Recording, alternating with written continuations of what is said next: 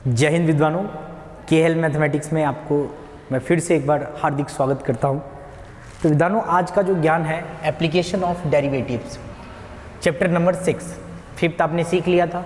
जितना देखो, fifth chapter एक ऐसा चैप्टर था वहाँ पे जो भी फॉर्मूला यूज़ हुआ या सेकेंड चैप्टर में जो भी फॉर्मूला यूज़ हुआ वो सारा चैप्टर नंबर सेकेंड का सारा माल मसाला और चैप्टर नंबर फिफ्थ का सारा माल मसाला जितना भी फॉर्मूला है वो आपके चैप्टर 6 में भी काम आएंगे, 7th में भी, 8th में भी, 9th में भी। ये सारे चैप्टर लगभग 2, 5, 6, 7, 8 और 9 ये चैप्टर सब लगभग जुड़े हुए हैं, तो ये आप विशेष ध्यान रखना। तो इस चैप्टर में हम क्या बात करेंगे, एप्लीकेशन ऑफ डेरिवेटिव्स के ऊपर। तो डिफरेंशिएशन आपने सीख लिया था, तो उसी का डेरिवेटिव्स का क्या क्या एप्लीकेशन है, तो कुछ में most important question.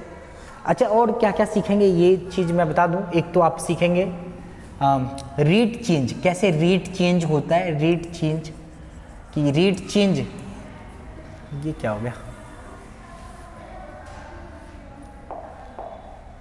Rate change पहला सीखोगे कि किसी चीज़ का रेट चेंज या शेप चेंज हो जाता है, छोटा बैलून है फिर बड़ा बैलून बन जाता है फूकने पे, तो क्या रेट चेंज हुआ वो सीखोगे।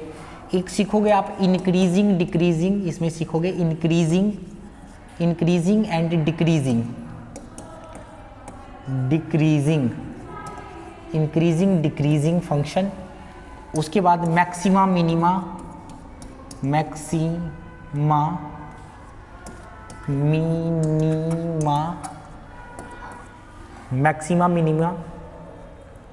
एक ये है।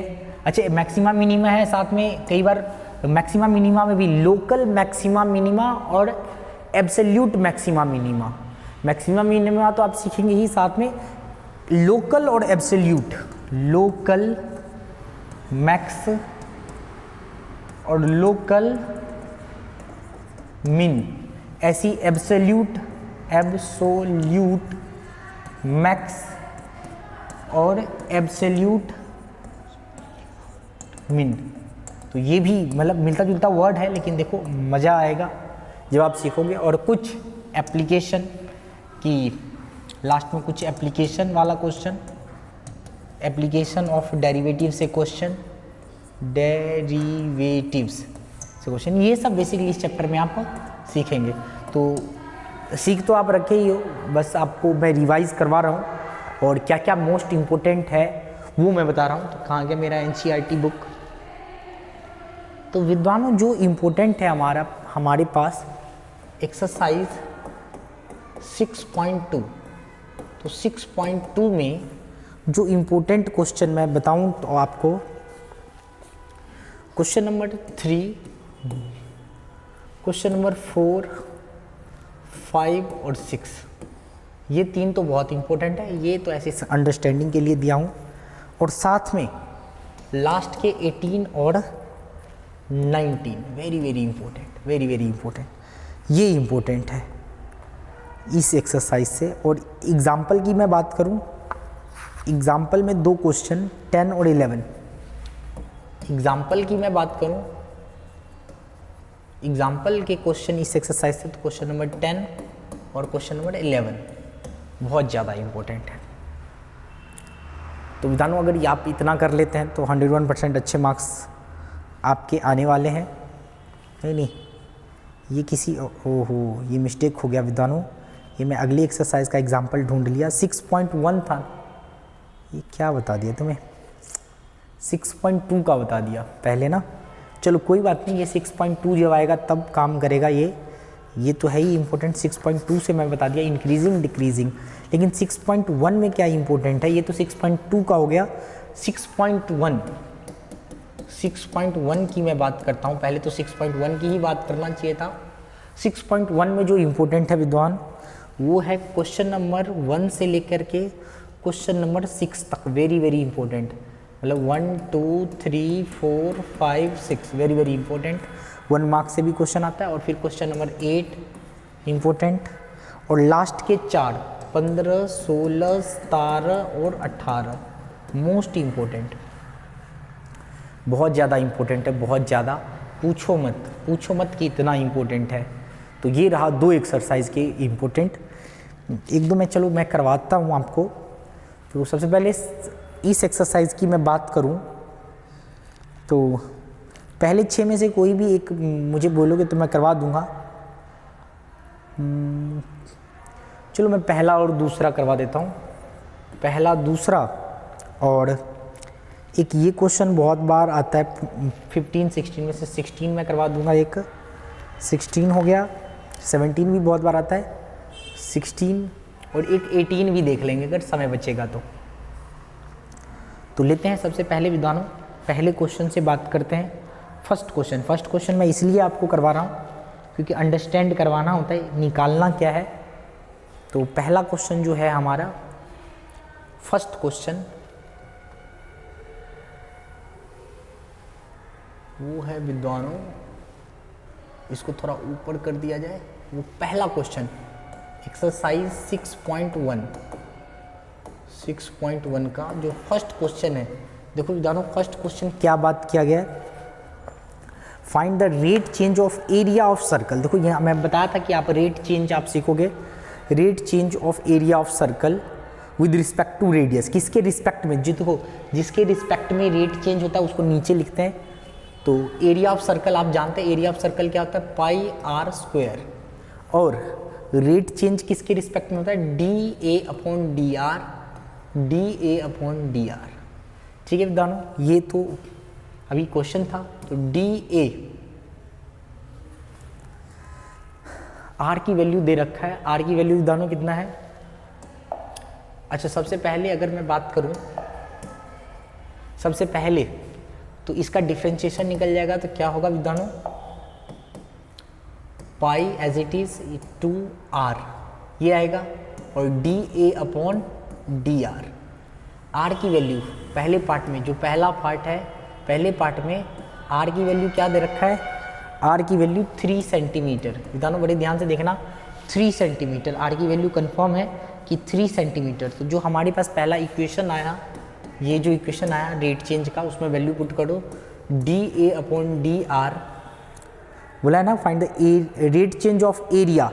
एरिया का रेट चेंज है विद रेडियस, देखो लिखना आना चाहिए। अगर वॉल्यूम का रेट चेंज होगा रेडियस के हिसाब से तो ऐसे लिखेंगे स्फीयर में, जिसका rate change with respect to जो बोला है उसके अकॉर्डिंग, टाइम के हिसाब से वैल्यू, तो वॉल्यूम टाइम के हिसाब से रेट चेंज है तो वी अपॉन डी टी, ये लिखना आना चाहिए बेसिकली इस एक्सरसाइज के क्वेश्चनों में आपको। तो आधे से ज़्यादा क्वेश्चन तो यहीं पे सॉल्व हो जाता है। अब देखो इस इक्वेशन में मैं पुट कर डालता हूँ पाई, आर की वैल्यू क्या है 3, तो ये विधान क्या आ जाएगा 6 pi D A upon D R. अब दूसरी बातें आ जाती, देखो अब ये यूनिट क्या लिखूँ, तो यूनिट क्या होगा, एरिया का क्या होता है centimetre square, centimetre square upon ऐसे लिखो या आप ऐसे सेंटीमीटर स्क्वायर, और रेडियस का क्या centimetre, centimetre square upon centimetre, क्योंकि सेंटीमीटर था रेडियस का, तो इस प्रकार से आपने लिखना है। पहला पार्ट ये रहा, दूसरा पार्ट आप कर दोगे, बस दूसरा पार्ट में कुछ नहीं बोला है, आर की जगह दूसरे पार्ट में, बी पार्ट में क्या आर 3 था, यहाँ पे क्या आ जाएगा, क्या बोला था 4 सेंटीमीटर, तो 4 सेंटीमीटर पुट कर देना, आंसर आ जाएगा। चलो नेक्स्ट हम लेते हैं अब आगे का क्वेश्चन। में आपको क्या बताया था और कौन सा करवाऊंगा, क्वेश्चन नंबर 2। क्वेश्चन नंबर 2 विद्वानों देखना, क्वेश्चन नंबर 2 में क्या बात किया गया, फॉर्मूला बस आना चाहिए। The volume of cube increasing at the rate of, देखो इसमें क्या देखा वॉल्यूम ऑफ क्यूब, तो क्यूब आप जानते हैं इस टाइप का क्यूब बचपन से आप जानते हो, और वॉल्यूम ऑफ क्यूब का फॉर्मूला की बात करूँ तो ए का क्यूब ये वॉल्यूम होता है, और ये दे रखा है जबकि हमारे पास D V upon D T, और रेट चेंज हो रहा है तो टाइम के हिसाब से चेंज होता है, तो 8 सेंटीमीटर क्यूब पर सेकेंड, देखो सेकेंड है तो टाइम नीचे है, सेंटीमीटर क्यूब है तो वॉल्यूम है, तो ये हमारे पास गिवन है। How fast the surface area increase with the length of edge 12 centimetre, हमें पूछा है D A upon D T बताना है, D A upon D T find करो कितना रेट चेंज हो रहा है सरफेस एरिया का। तो वॉल्यूम का आप फॉर्मूला जानते हो, तो यहाँ पे ए की पावर टी पुट कर दो, और यहाँ से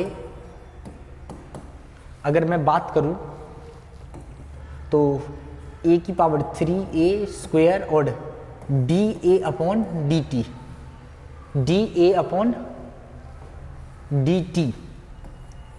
तो एज दे रखा है भाई विधानो, एज कितना दे रखा है हमारे पास, एज साइड एज कितना देखा 12 सेंटीमीटर, 12 ये भी दे रखा था 12 एज से एज ए मतलब ये होता है ए उसका side, side is equal to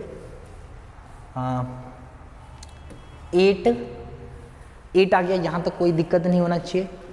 तो यहाँ से भाई विद्वानों देखना, यहाँ से मैं इक्वेशन 1 निकाल लूँगा 3a dt अपॉन 8 3a का स्क्वायर। अभी इक्वेशन 1 अभी देखो जो गिवन था उसका हम यूज़ करेंगे, हमें तो एरिया निकालना है। तो एरिया क्या होता है विद्वानों, सभी आप सब अच्छे से जानते हैं, या यहाँ पे पहले वैल्यू पुट कर दिया जाए। तो यहाँ पे पहले dA अपॉन dt की वैल्यू निकाल लेता हूँ मैं, चाहे dA अपॉन dt की वैल्यू क्या आ जाएंगी 8। देखो a की वैल्यू क्या दे रखा था यहाँ पे, a की वैल्यू देखो a की a साइड हमारे पास 12, तो 12 इंटू 12 तो 8 4 ये 6 ये 4 3 तो ये बेसिकली 1 अपॉन चौके ये 9, इसको इससे मल्टीप्लाई करो 3 3 जा 9 9 छा के 54, कितना आ गया विद्वानों 54। अगर देखा जाए कुछ इसकी ज़रूरत, एक मिनट अभी वैल्यू चाहे अभी इक्वेशन बना करके पहले हम एरिया निकाल लेते, फिर हमें पुट करना था। तो विधानों देखो ये अभी इसकी ज़रूरत नहीं थी, कुछ जल्दी जोश में हमने पुट कर दिया। हमें तो ये निकालना है, 1 मिनट के लिए इसको अभी। देन ये इक्वेशन 1 आ गया, इसकी ज़रूरत पड़ेगी अभी बाद में। देन हमें क्या निकालना है, रेट ऑफ चेंज क्या पूछा है, find how fast the surface area increasing. तो सरफेस एरिया का फॉर्मूला विद्वानों बता दो जल्दी फास्ट में। तो सरफेस एरिया, जो हमारा सरफेस एरिया होता है वो क्या होता है 6a स्क्वायर। तो किसके, इसके रिस्पेक्ट में टाइम मतलब रेट चेंज हो रहा है, तो dA अपॉन dt दोनों तरफ लगा दिया मशीन। अब dA अपॉन dt ये आ गया, और इसकी वैल्यू देखो 6 कांस्टेंट है बाहर, a की पावर 2 तो ये आ जाएगा 2a, और dA chain rule 6 constant a square है, तो a स्क्वायर तो 2 आगे a अंदर, और साथ में चेन रूल a के साथ लगाऊंगा तो dA अपॉन dt। देखो हमने क्यों नहीं वहाँ पे वैल्यू पुट किया, क्योंकि dA की वैल्यू यहाँ पे पुट करना है हमें। यहाँ तक आ गया, यहाँ तक जगह की कमी है तो थोड़ा सा मैं ऐसे करता हूँ, इस साइड कर लेता हूँ। देखो यहाँ dA अपॉन dt क्या आ गया विद्वानों, dA इन दोनों को मल्टीप्लाई कर लो 12a, और ये dA अपॉन dt। अब dA अपॉन dt तो हमने निकाल रखा था फ्रॉम 1 में, तो यहाँ पे इसकी वैल्यू पुट कर दो। क्या था ये 8 अपॉन 3a स्क्वायर। देखो ये हमने वैल्यू पुट कर डाला, और ये कहाँ से आया, यहाँ पे लिख देना कहीं फ्रॉम 1 से हमने वैल्यू निकाला था। 1 से 1 कट गया, 4 तिया 12 4, तो ये आ जाएगा रेट एरिया क्या आ जाएगा dA अपॉन dt क्या आ गया 8 चौके 32 अपॉन 1 मिनट 32 अपॉन ए नीचे बच गया 8 चौके 32 अपॉन ए। अब देखो a की भी वैल्यू दे रखा है, फाइनली a की वैल्यू अब पुट करेंगे। a बराबर क्या था, a बराबर 12 सेंटीमीटर, a दे रखा है 12 सेंटीमीटर, तो dA अपॉन dt क्या आ जाएगा फाइनली 32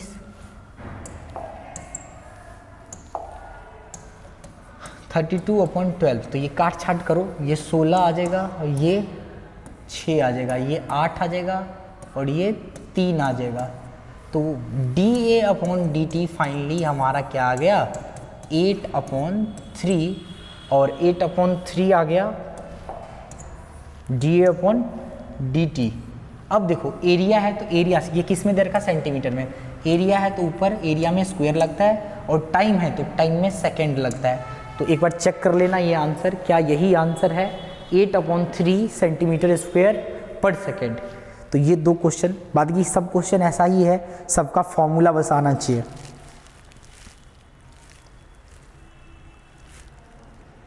इसमें से जो और मैं करने वाला था वो एक क्वेश्चन बहुत स्वीट सा है, टोटल रेवेन्यू वाला, क्वेश्चन नंबर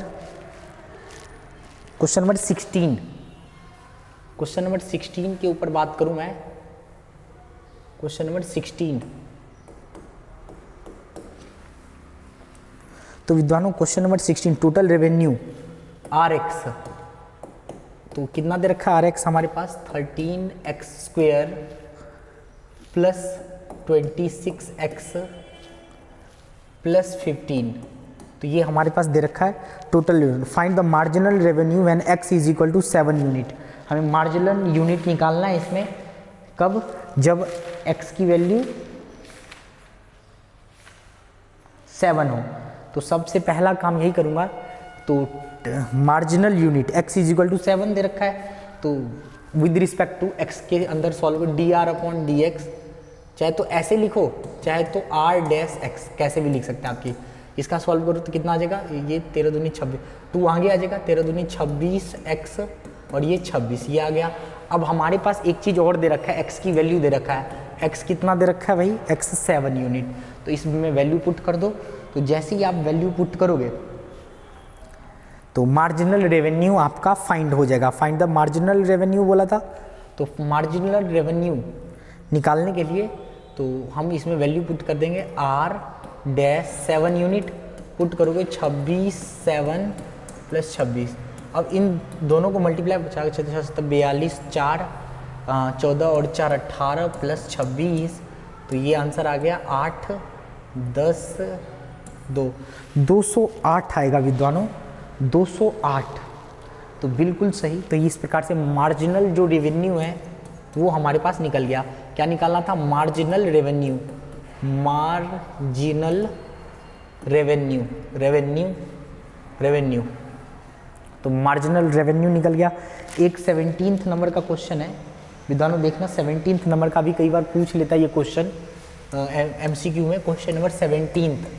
तो क्या है विद्वानों question number 17th, the rate change of area, area कितना दे रखा है, बिल्कुल आसान क्वेश्चन है, ऑप्शन वाला है, rate change of the area of circle. तो एरिया क्या होता है, πr², तो हमें क्या area D, rate change dA/dt, पाई dA/dt, इधर भी r², तो dA/dt, अब ये 2πr, और r की वैल्यू कितने पे निकालना है, when r is equal to 6 centimetre, तो इस इक्वेशन में पुट कर डालो, तो dA/dt is equal to 2π, r की वैल्यू 6, तो 12 पाई, ये आ जाएगा dA/dt।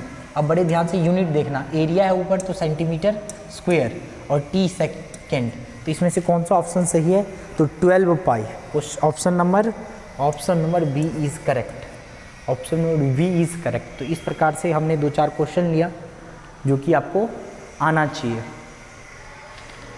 अभी विद्वानों मैंने बात किया था थोड़ा सा 6.2, तो 6.2 का जो इम्पोर्टेंट क्वेश्चन एक बार फिर से चाहे बता देता हूँ।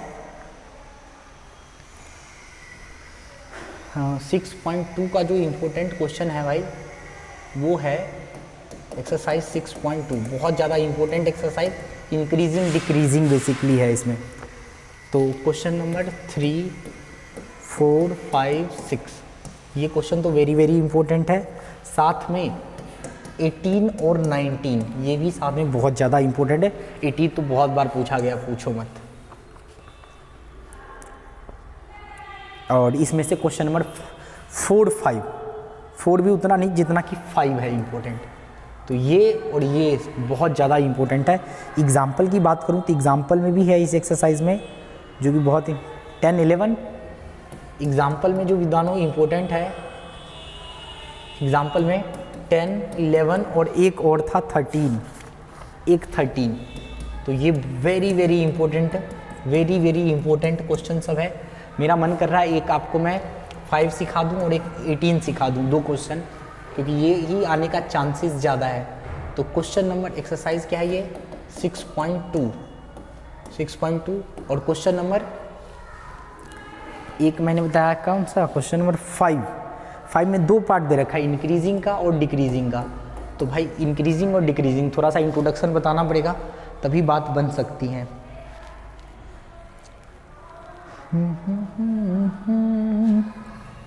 ला ला ला। विद्वानों देखो, इंक्रीजिंग और डिक्रीजिंग ये क्वेश्चन करने से पहले आपको मैं सबसे पहले कुछ ग्राफ बना करके दिखाऊंगा। एक ये ग्राफ और एक ये ग्राफ। ये क्या है? स्ट्रिक्टली इंक्रीजिंग, और ये क्या है? स्ट्रिक्टली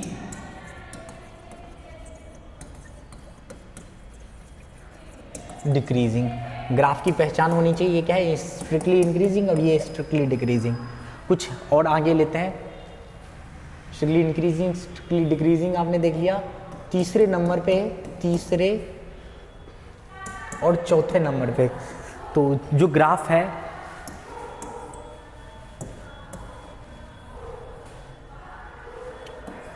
ये जो ग्राफ है विद्वानों, ये सिर्फ इंक्रीजिंग फंक्शन के लिए। अगर इंक्रीजिंग हो तो इंक्रीजिंग का मतलब क्या? ऐसे बढ़ना। डिक्रीजिंग का मतलब क्या? ऐसे घटना। तो ये सिर्फ इंक्रीजिंग है। इंक्रीजिंग मतलब कैसे भी बढ़ते रहेगा। इंक्रीजिंग, ये क्या है? डिक्रीजिंग।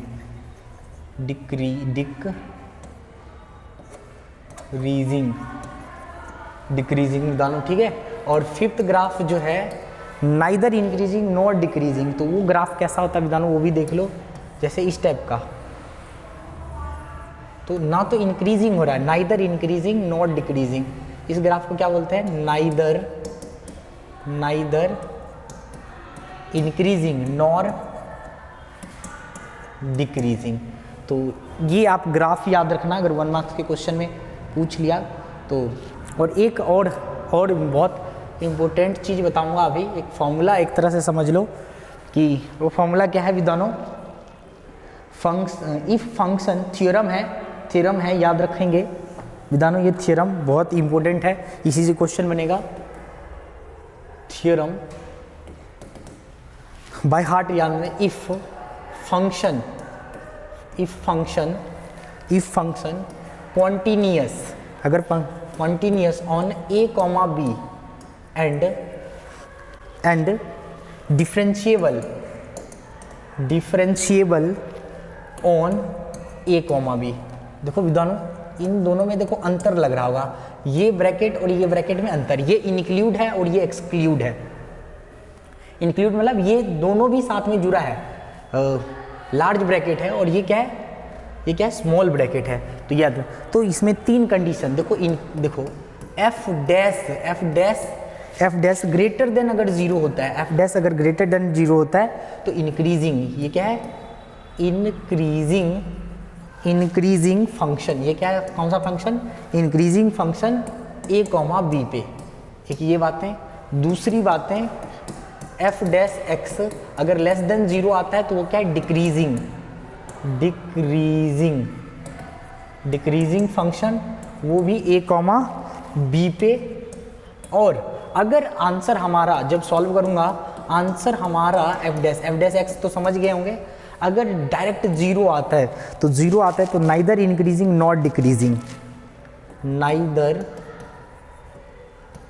इंक्रीजिंग नॉर डिक्रीजिंग मतलब DEC लिख देता हूँ, समझ जाओगे तुम। समझदार को इशारा ही काफ़ी होता है।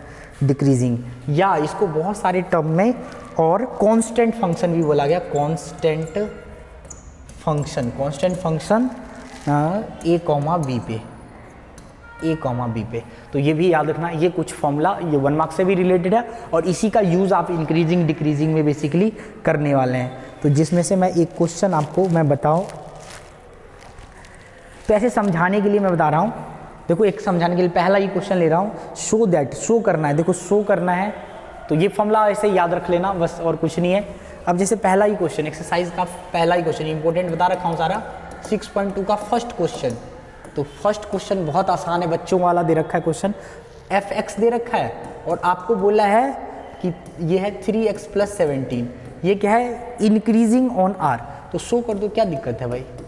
तो सबसे पहले जो भी फंक्शन दे रखा उसका डेरिवेटिव निकालो, तो 3 आ गया। और आप ये देखो डेरिवेटिव क्या है, 0 से बड़ा है या नहीं, 0 से बड़ा है तो लिख दो 0 से बड़ा है, और फिर लाइन लिखना है। तो लाइन में क्या लिखेंगे विद्वानों, function is strictly increasing on R, hence function is strictly increasing at R. Real number पूछा है तो रियल नंबर में स्ट्रिक्टली इंक्रीजिंग है। इस प्रकार से आप काम चला सकते हैं चीज़ों का। एक ये क्वेश्चन, और एक क्वेश्चन और थोड़ा सा क्वेश्चन ट्रिग्नोमेट्री का है, पर है अच्छा स्वीट सा प्यारा प्यारा क्वेश्चन है, शो करने वाला ही। Question number 3, question number 3 function क्या दे रखा है विद्वानों, देखो ये दे रखा है साइन एक्स, और पहले पार्ट में बोला है कि ये इंक्रीजिंग होना चाहिए, ए पार्ट में बोला इंक्रीजिंग किस पे, 0 से π/2 के बीच में इंक्रीजिंग। तो हमें नहीं पता ये इंक्रीजिंग है या डिक्रीजिंग। और दूसरे पार्ट में बी पार्ट में क्या बोला है, डिक्रीजिंग होना चाहिए, डिक्रीजिंग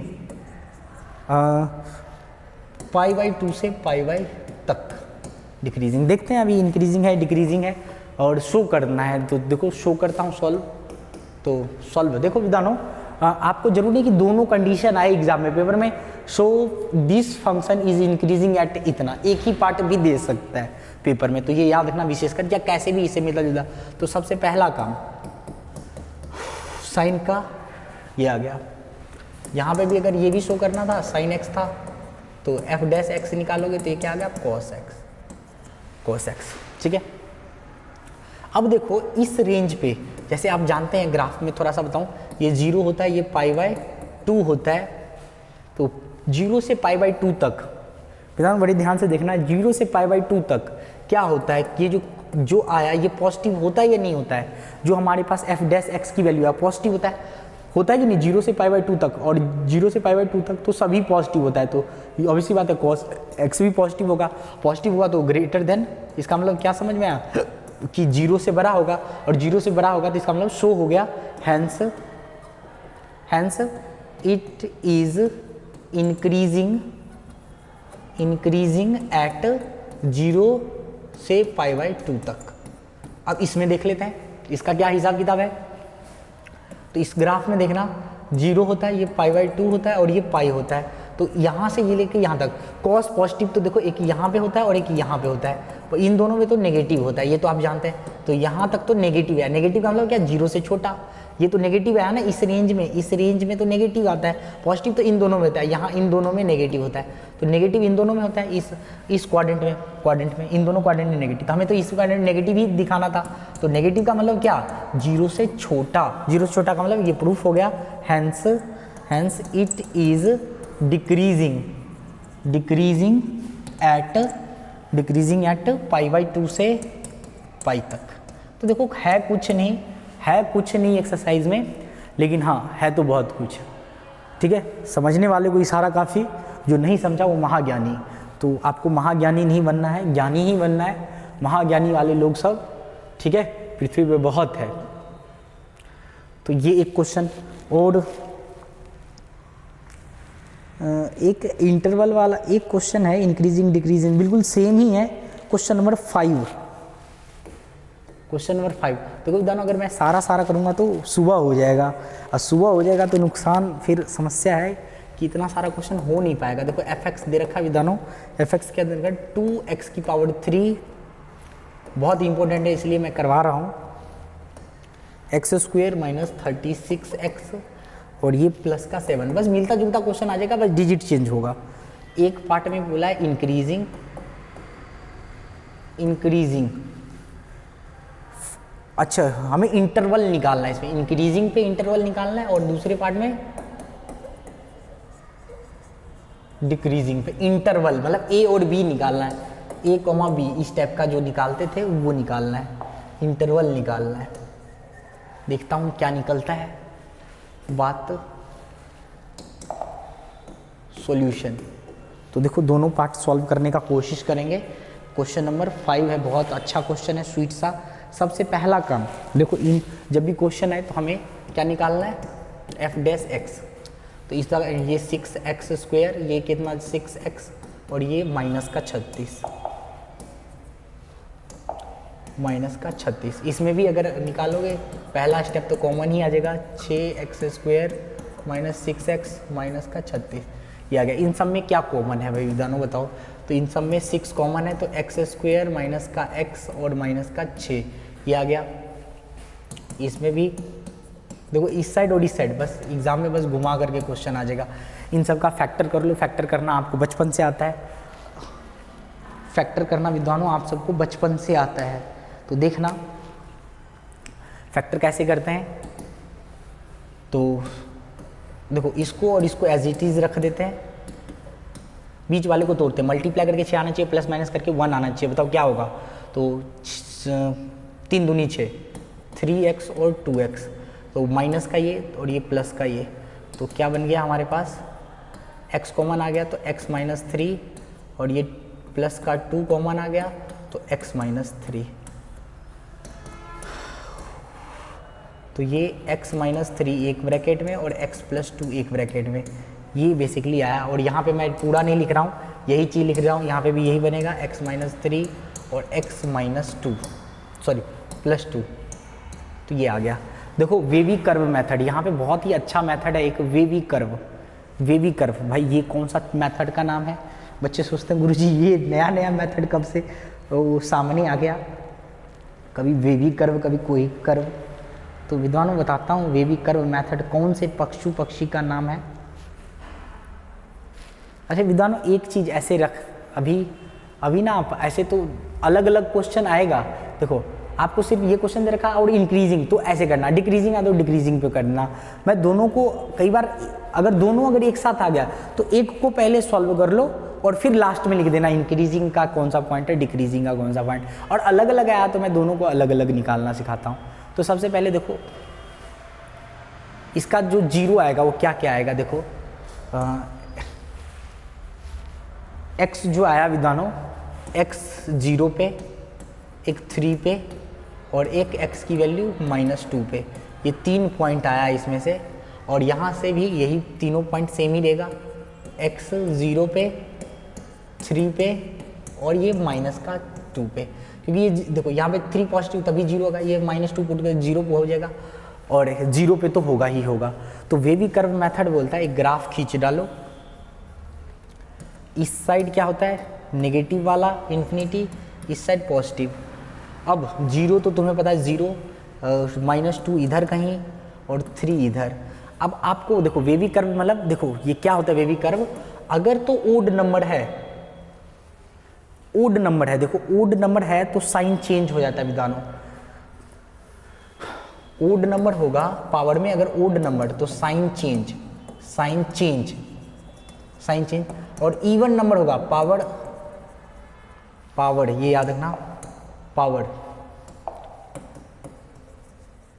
पावर अगर ओड नंबर होगा तो साइन चेंज हो जाएगा, इवन नंबर होगा तो नो चेंज, इवन नंबर होगा तो नो चेंज। बस ये फॉर्मूला याद रखना, इसको बोलते हैं वेवी कर्व, वेवी कर्व। तो पहले इंटरवल में भाई विधानों दिखाता हूँ, इस साइड से देखते हैं। पहले इंटरवल जो ये है ये तो हमेशा पॉजिटिव ही होता है, ये क्या होगा हमेशा पॉजिटिव। अब दूसरे वाला देखो, इन दोनों ये जो है 3 किसका है, तो ये इसका था, ये फैक्टर इसका था, इसके ऊपर पावर 1 है तो ओड नंबर है तो साइन चेंज, ये पॉजिटिव है तो नेगेटिव आ जाएगा। तो बहुत ध्यान से, ये बहुत सारे टीचर 0 है तो 0 किसका था, तो बेसिकली 0 अगर मैं देखूं 0 था भी किसी का, 0 तो कंपेयर किया था, सॉरी 0 तो नहीं आया था। अगर हाँ 6x होता तब 0 आता ना, ओहो ये 0 कैसे कंपेयर, 0 नहीं f, ये हमने 0 लिया था, 0 मतलब अभी बताता हूँ क्या था ये 0, हमारा तो फैक्टर यही निकला था, ये था ये वैल्यू कैसे आया, आपने क्या किया था, एक स्टेप और मैंने छोड़ दिया था, fx = 0 लिया था और ये तब मतलब 6x - 3 x - 2 = 0। तो यहाँ पे कंपेयर किया था, 3 इस साइड चल गया, ये भी 0 के बराबर, तो 3 की वैल्यू 2 और ये x की वैल्यू 2, हमने ये ऐसे निकाला था एक्चुअली में। तो मैंने ये पूरा नहीं लिखा था, अब समझने के लिए आप समझदार हो। तो 0 कुछ नहीं था, 0 था ही नहीं, 0 था ही नहीं। ये पूरा यहाँ से लेके यहाँ तक पूरा क्या था, नेगेटिव।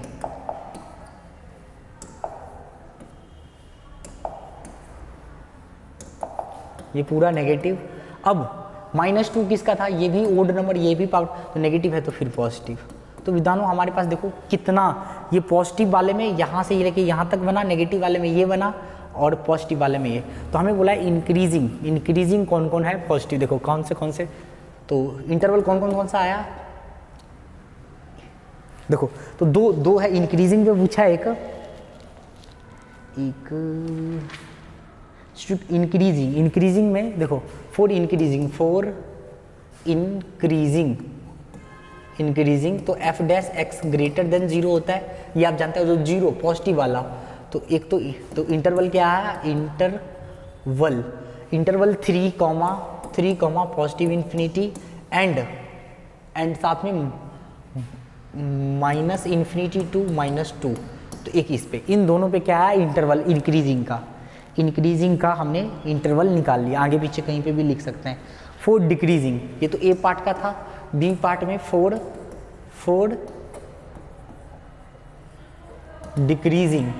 डिक्रीजिंग देखो नेगेटिव इसी पॉइंट पे, इन दोनों यहाँ से यहाँ तक है, तो इंटरवल क्या आ गया, इंटरवल -2 से 3 तक। तो बस ये था हमारा हिसाब किताब इस क्वेश्चनों का। तो फंक्शन यहाँ क्या था, इस जगह इंक्रीजिंग था और इस जगह डिक्रीजिंग था। वेवी कर्व मेथड मैंने सिखाया इसमें। अगर मान लो सपोज करो ये पॉजिटिव है, पहला वाला हमेशा पॉजिटिव, इस साइड से देखते हैं ये हमेशा पॉजिटिव होता है, और अगर 3 के जगह यहाँ पे 2 होता, मान लो यहाँ पे पावर 2 होता, तो भाई क्या ये पॉजिटिव फिर पॉजिटिव ही रहता है यहाँ पे, ये याद रखना है, क्या फिर पॉजिटिव होता है, क्योंकि मैं ओड इवन नंबर में नो चेंज बताया हूँ, साइन चेंज नहीं होता। तो ये थोड़ा सा विशेष ध्यान रखने वाली बातें हैं। और एक और बस अभी ठीक है। तो ये था वेवी कर्व मेथड। बाकी का सारा क्वेश्चन आप खुद करो, मेरे को लगा कि ये इम्पोर्टेंट है इसलिए मैं बता दिया हूँ। विधानों कुछ और इम्पोर्टेंट मैं बता करके ख़त्म कर दूँ, क्योंकि टाइम काफ़ी ज़्यादा फिर बीत जाता है। बाकी आप ट्राई करते रहना घर पे। इंटरवल मैंने बता दिया। अगला एक्सरसाइज एक है, ऐसे ये बहुत इम्पोर्टेंट है भाई, ये जो नेक्स्ट एक्सरसाइज मैं निकाल रहा हूँ, मैक्सिमा मिनिमा, बहुत ज़्यादा इम्पोर्टेंट, बहुत ज़्यादा पूछोगे भी तो तभी बोलूँगा कि बहुत ज़्यादा इम्पोर्टेंट। 6.3 का जो इम्पोर्टेंट क्वेश्चन है, क्वेश्चन नंबर फर्स्ट और सेकंड, तो भाई बहुत ज़्यादा इम्पोर्टेंट है। क्वेश्चन नंबर 3 का कुछ पार्ट, जैसे कुछ पार्ट मतलब 3rd part, 4th part, 5th part, ये पार्ट तो आना ही चाहिए। बाद की तो करने के लिए सारा भी कर सकते हैं, पर ये पार्ट जरूर आना चाहिए। Question number 6, question number 7, question number 9 और क्वेश्चन नंबर 10, यहाँ से लेके यहाँ तक, ये बहुत ज़्यादा इंपॉर्टेंट है एनसीईआरटी का। हो भाई, यहाँ से भाई विधानों, और 13 से 16 तक किस्मत खराब रहा, इसमें से भी दिखाई दे सकता है। और 19 से 26 तक बड़े क्वेश्चन आता है, एक बड़ा क्वेश्चन 4 या 5 मार्क्स में आएगा, 4 या 5 मार्क्स में श्योर हूँ कि इसमें से एक आएगा ही आएगा। पर ये जब भी आएगा ऑप्शन के साथ आएगा, ऑप्शन के साथ आएगा इसमें से। पर ये जरूर करके जाना भाई विधानों, ये क्वेश्चन और एग्जाम्पल का भी इसमें है। अच्छा एग्जाम्पल है साथ में, ये क्वेश्चन और ये क्वेश्चन नंबर 27, 28, 29, ये MCQ वाला क्वेश्चन है, तो ये भी जरूर करेंगे ताकि आपको पता चले कैसे निकालते हैं। और एक बातें और मैं बताना चाहूँगा, मेरे पास समय रहता तो मैं ये पूरा करवाता आपको, पर समस्या की समय की कमी है। कहाँ गया ये एग्जाम्पल का जो इम्पोर्टेंट है,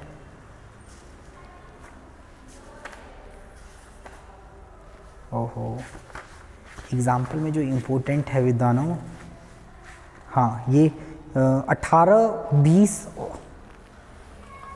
एग्जाम्पल विद्वानों देखना, एग्जाम्पल के जो इम्पोर्टेंट क्वेश्चन है,